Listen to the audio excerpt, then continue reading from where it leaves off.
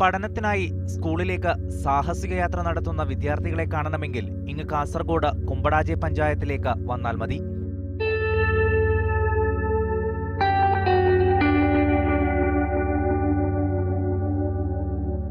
ഒരു higher secondary school അടക്കം 6 വിദ്യാലയങ്ങളാണ് കുമ്പടാജയിലുള്ളത്. ഇതിൽ മലയാള മാധ്യമത്തിലുള്ളത് 2 LP സ്കൂളും ഒരു UP സ്കൂളും മാത്രം.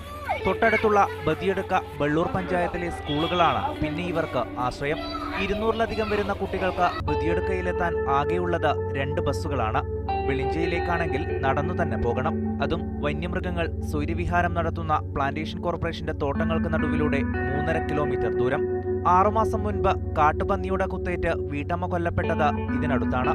മതിയായ വിദ്യാഭ്യാസ സൗകര്യം വേണമെന്ന് ഇവർ ആവശ്യപ്പെടാൻ തുടങ്ങിയിട്ട് വർഷങ്ങളായി. സർക്കാർ പറയുന്നത് മറ്റ് സ്കൂളുകൾ അപ്ഗ്രേഡ് ചെയ്യുമ്പോഴേക്ക് മറ്റ് ജില്ലകളിൽ കേരളത്തിൽ കൊടുക്കുമ്പോഴേ ഇവിടുത്തെ പരിഹരിക്കാം. പക്ഷേ ഇവിടുത്തെ പ്രത്യേക സാഹചര്യം മനസ്സിലാക്കുന്നില്ല ഒന്നും. സർക്കാരാണെങ്കിൽ കേട്ട മട്ടില്ല.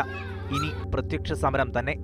തെരഞ്ഞെടുപ്പ് സമയത്ത് വോട്ട് ചോദിക്കാൻ മാത്രം എത്തുന്ന നേതാക്കളെയും കാത്തിരിക്കുകയാണ് ഇന്നാട്ടുകാർ. ഷഫീഖ് നസറുള്ള, മീഡിയ 1, കാസർഗോഡ്.